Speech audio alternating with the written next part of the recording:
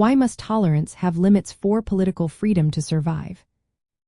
Imagine a society where everyone can say anything without restrictions. It sounds ideal, but in reality, unchecked tolerance can threaten the very freedoms we cherish. When we talk about political freedom, we mean the right of people to express ideas, organize, and participate in public life without fear. In socialist ideas, this freedom is vital for workers to challenge inequality and push for a fairer society. But here's the catch. If tolerance is unlimited, it can be exploited by groups that want to destroy democracy itself. Some groups use violence, threats, or intimidation to silence opponents. If society keeps tolerating these tactics, it risks losing the freedom to speak and debate openly.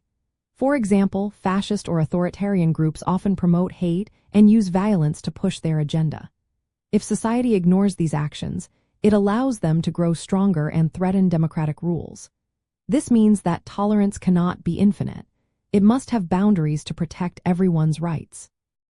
From a socialist point of view, the goal is to defend the political rights of the majority, especially working-class people who have been kept out of power for too long.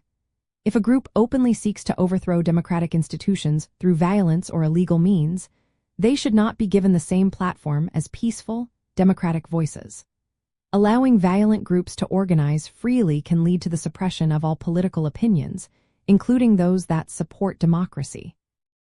In practice, this means that societies need to be alert and ready to limit actions that threaten peace and stability. For instance, banning groups that promote violence or hate speech is a way to safeguard democratic debate. These limits are not about silencing disagreement but stopping coercion and violence, which are incompatible with true political freedom. Socialist theory emphasizes that political freedom is not just a legal right but something that must be actively protected. This involves setting clear rules about who can participate in politics and under what conditions. If we do not set these boundaries, we risk allowing those who want to destroy democracy to succeed.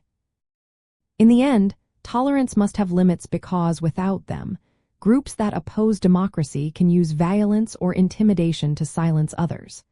Protecting political freedom means defending it from those who would use force to undermine it.